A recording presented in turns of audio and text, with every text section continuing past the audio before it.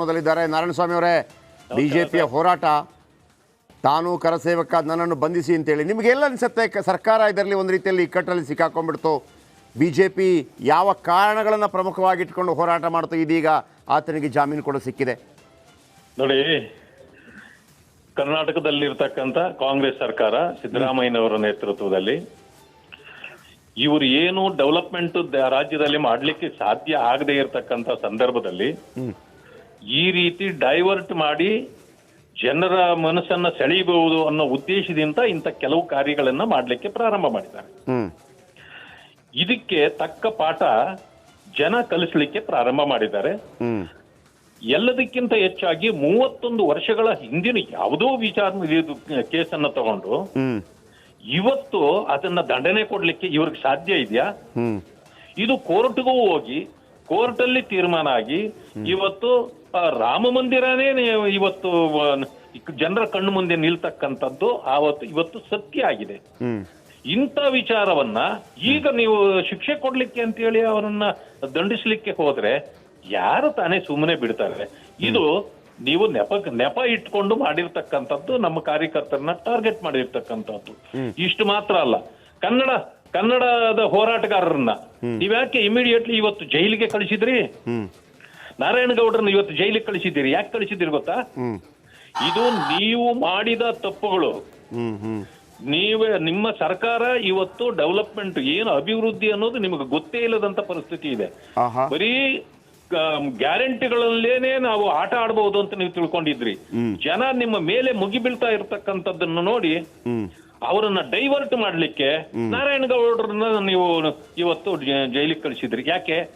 ಚರ್ಚೆ ಒಂದು ಬೇರೆ ಕಡೆಗೆ ಹೋಗ್ಲಿ ಅಂತ ಚರ್ಚೆ ನಿಮ್ಮ ಮೇಲೆ ಮಾಡ್ತಿದ್ದು, ಚರ್ಚೆ ಕನ್ನಡಿಗರ ಮೇಲೆ ಆಗ್ಲಿ ಅನ್ನೋ ಉದ್ದೇಶ ಇಟ್ಕೊಂಡು ಹೋದ್ರಿ. ಹಾಗೆ ನಮ್ಮ ವಿಷಯ ಬಂದಾಗ್ಲೂ ಇದನ್ನೇ ಮಾಡಿದ್ದೀರಿ. ಆದ್ರೆ ಇದಕ್ಕೆ ನ್ಯಾಯ ಯಾವತ್ತಿದ್ರೂ ಗೆಲ್ತದೆ. ಅದು ಇವತ್ತು ಗೆದ್ದಿದೆ. ಅವರು ಇವತ್ತು ಮನೆಗೆ ಬರ್ತಾರೆ. ಏನೂ ನಾವು ತೊಂದರೆ ಆಗೋದಿಲ್ಲ. ನಮ್ಮ ಕಾರ್ಯಕರ್ತನ ನಾವು ಯಾವತ್ತೂ ಬಿಟ್ಕೊಡ್ಲಿ. ಇಲ್ಲಿ ಸಿದ್ದರಾಮಯ್ಯನವರು ಒಂದು ಟ್ವೀಟ್ ಮಾಡಿ ಹೇಳಿದ್ರು, ನೋಡಿ 16 ಕೇಸ್ಗಳಿದೆ. ಆಮೇಲೆ ಪರಮೇಶ್ವರ್ ಹೇಳಿದ್ರು, ಅಥವಾ ಒಬ್ಬ ಕ್ರಿಮಿನಲ್ ಬಿಡೋಕ್ಕಾಗತ್ತಾ, ತಪ್ಪು ಮಾಡಿದವ್ರನ್ನ ಬಿಡಬೇಕು ಅಂತ ಹೇಳ್ತಾ ಇದ್ದೀರಾ ಅನ್ನುವಂಥ ಹೇಳಿಕೆಯನ್ನು ಕೊಟ್ಟರು. ಅದಕ್ಕೆ ಉತ್ತರ ಕೊಡಿ ಬಿಜೆಪಿ ಅವರು ಅಂತ ಹೇಳಿದರು. ನೀವು ಯಾರ ಪರ ನಿಲ್ತಾ ಇದ್ದೀರಿ ಅನ್ನುವಂಥ ಹೇಳಿಕೆಯನ್ನು ಕೊಡಿ ಅಂತ ಹೇಳಿದರು. ಈಗ ಇದಕ್ಕೆಲ್ಲ ಉತ್ತರ ಸಿಕ್ಕಿದೆ ಅಂತ ಅನ್ಸುತ್ತಾ? ಎಲ್ಲಕ್ಕೂ ಉತ್ತರ ಸಿಕ್ಕಿದೆ. ಮೊದಲನೇದಾಗಿ ನಾನು ಹೇಳ್ತೀನಿ, ಇವತ್ತೇ ಪತ್ರಿಕೆಗಳಲ್ಲಿ ಅವರಿಗೆ ಉತ್ತರ ಇದೆ. ಅವನಾದ್ಮೇಲೆ 16 ಕೇಸುಗಳಿತ್ತು ಅಂತ ಇವ್ರು ಹೇಳಿದ್ರು.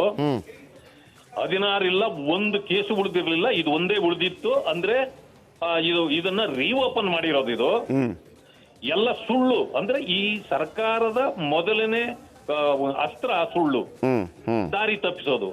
ಆ ಸುಳ್ಳಿಗೆ ಇವತ್ತು ಉತ್ತರ ಸಿಕ್ಕಿದೆ. ಹೋಗ್ಲಿ, ಈಗ ಅವರು ಇದನ್ನ ತಗೊಂಡು ಬಂದಾಯ್ತು. ಈಗ ಅವ್ರಿಗೆ ಬೇಲ್ ಸಿಕ್ಕಿ ಆಯ್ತು. ಇನ್ನು 16 ಕೇಸ್ ಯಾವಿವೆ ನೀವು ಹೇಳಿ ಹೊರಗಡೆ? ಎಲ್ಲಾ ಕೇಸುಗಳು ಅವ್ರ ಮೇಲೆ ಏನೇನ್ ಕೇಸುಗಳಿತ್ತು ಎಲ್ಲ ಯಾವತ್ತೋ ಖುಲಾಸೆ ಆಗಿವೆ. ಅವ್ರ ಮೇಲೆ ಇದ್ದಿದ್ದ ಕೇಸುಗಳು ಇನ್ನೂ ಇವೆ ಅಂತ ನೀವೇ ಹೇಳ್ತೀರಿ? ಏನ್ ನಿಮ್ ಹೋಗ್ಲಿ, ಅಷ್ಟು ಕೇಸುಗಳು ಅವ್ರ ಮೇಲೆ ಇದ್ದಾಗ ನೀವು 2000 ಅವ್ರು ಹೇಳ್ತಿದ್ದಾರೆ 93, 94, 95ರಿಂದ ಅಂತ ಇಲ್ಲಿಯವರೆಗೆ. ಹಾಗೆಲ್ಲ ನಿಮ್ ಸರ್ಕಾರ ಇತ್ತಲ್ಲ, ಏನ್ ಮಾಡ್ತಿದ್ರಿ? ನೀವೇನು ಕಡ್ಲೆಕಾಯಿ ತಿಂತ ಇದ್ರಿ ಆಗ? ಈಗ ರಾಮ ಜನ್ಮಭೂಮಿ ಎದ್ದು ಕಂಡಾಗ ನೀವು ರಾಮ ಭಕ್ತರೆಲ್ಲ ನಿಮಗೆ ವಿರೋಧಿಗಳಂಗ್ ಕಾಣ್ತಾರ? ಇದನ್ನು ಕೂಡ ಅವ್ರು ಯೋಚನೆ ಮಾಡಬೇಕು. ಇದಕ್ಕೆ ತಕ್ಕ ಶಾಸ್ತಿಯನ್ನ ಈಗ ಕೋರ್ಟು ಕೂಡ ಮಾಡಿದೆ ಅಂತ ನಾನು ಭಾವಿಸ್ತೇನೆ. ಈಗ ಸುಮ್ಮನೆ ಕೋಲ್ ಕೊಟ್ಟು ಹೊಡೆಸ್ಕೊಂಡಂಗಾಯ್ತು ಸರ್ಕಾರಕ್ಕೆ. ನನಗಂತೂ ಹಂಗ ಅನಿಸ್ತಾ ಇದೆಯಪ್ಪ. ಖಂಡಿತ ಅಲ್ವಾ? ಇದ್ರ ಬಗ್ಗೆ ಭವಿಷ್ಯ ಅವ್ರಿಗೆ ಹೀಗೆ ಆಗುತ್ತೆ ಅಂತ ಅನ್ಸಿರ್ಲಿಲ್ಲ. ಅವರ ಉದ್ದೇಶ ಏನಿದ್ದಿರ್ಬೋದು? ಅವರ ಉದ್ದೇಶ ಏನು? ದಾರಿ ತಪ್ಪಿಸೋದು. ಯಾಕೆ ಅಂತಂದ್ರೆ ಅವ್ರ ಹತ್ರ ದುಡ್ಡಿಲ್ಲ. ಅವರು ಇದು ಅಭಿವೃದ್ಧಿ ಕಾರ್ಯಗಳು ಆಗ್ತಾ ಇಲ್ಲ. ಅವರು ಶಾಸಕರೇ ಅವ್ರ ಮೇಲೆ ಬಿದ್ದಿದ್ದಾರೆ. ಎಲ್ಲಿ ಹೋದ್ರು ಕೂಡ ಮಂತ್ರಿಗಳು ಟೂರ್ ಮಾಡ್ತಾ ಇಲ್ಲ, ಯಾವುದೇ ಜಿಲ್ಲೆಗೆ ಹೋಗ್ತಾ ಇಲ್ಲ. ಅವರು ಬೆಂಗಳೂರಿನಲ್ಲೇನೆ ಇಲ್ಲೇ ಪ್ರೆಸ್ ಕಾನ್ಫರೆನ್ಸ್, ಇಲ್ಲೇ ಡೆವಲಪ್ಮೆಂಟ್, ಹೇಳೋದು ಡೆವಲಪ್ಮೆಂಟ್, ಏನೇನೂ ಇಲ್ಲ. ಅಲ್ಲಿ ಜನ ಮುಗಿಬೀಳ್ತಾರೆ, ಮೇಲೆ ಬೀಳ್ತಾರೆ, ಬಟ್ಟೆ ಬಿಚ್ಕೊಳ್ತಾರೆ ನಮ್ಮದು ಅಂತೇಳಿ ಅವ್ರು ಎಲ್ಲೂ ಹೋಗ್ತಾ ಇಲ್ಲ. ಆ ಕಾರಣಕ್ಕೆ ಡೈವರ್ಷನ್ ಟ್ಯಾಕ್ಟಿಕ್ಸ್ ಮಾಡ್ತಿದ್ದಾರೆ ಅನ್ನೋದು ನನ್ನ ಉದ್ದೇಶ. ಥ್ಯಾಂಕ್ ಯು ಚಲವಾದ್ ನಾರಾಯಣಸ್ವಾಮಿ ಅವರೇ, ನಮ್ಮ ಜೊತೆ ಮಾತನಾಡೋದಕ್ಕಾಗಿ.